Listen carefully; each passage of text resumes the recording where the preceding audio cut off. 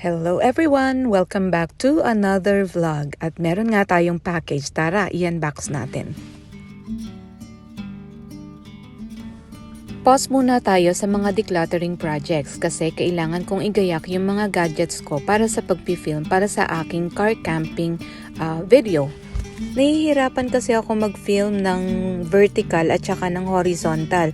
So ayan, since dalawa naman yung cellphone ko na ginagamit sa pag-film, kumuha ko nitong dual mount na camera holder.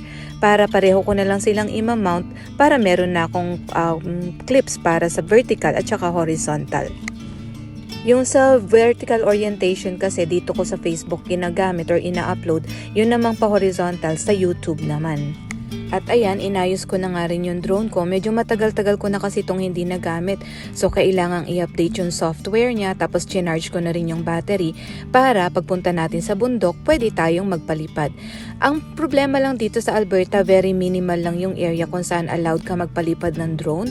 Pero nakikita naman yon dun sa application kung pwede ba or hindi. So, itinry ko dito sa amin. But since malapit kami dito sa airport, unfortunately, hindi natin siya pwedeng ipakita. Kaya, stay tuned ha, sama kayo sa akin, lilipad tayo.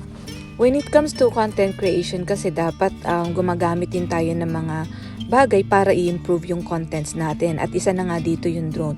Kung tutuusin nga, dapat meron na rin akong Instacam ngayon Kaso, kuripot kasi ako kung po pwede naman yung telepono, bakit naman hindi? So, we'll see. Pag tinopak ako, baka bukas meron na akong Instacam.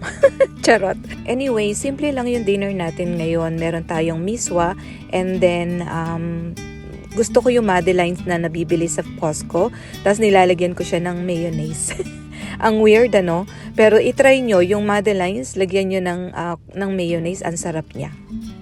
Pag minsan yung miswa, ikinakain ko rin sa kanin Natatandaan ko nun pag nagluluto kami ng miswa, napakaraming sabaw tapos konting-konti lang yung hipon na inilalagay. Sinusulit na lang talaga sa sabaw tapos lalagyan ng kanin. Kayo ba, inuulam nyo din ba sa kanin yung miswa? O kumakain ba kayo ng miswa, yung mga rich kid dyan?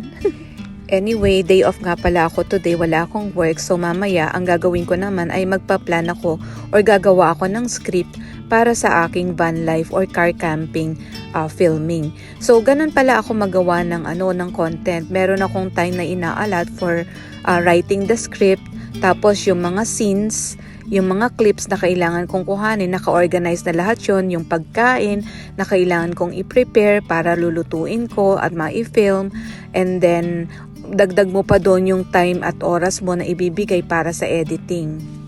Kaya sa totoo lang, hindi madali ang pagiging isang content creator. Pag hindi mo talaga siya gusto, madali mo talaga siyang susukuan. At dahil gustong-gusto ko siya, ayan, so far, 6 years na ako sa March dito sa pagko-content. So paano? Yun na lang muna for today ha. Bukas iaayos natin yung pantry natin and then the next day, magta-travel na naman tayo.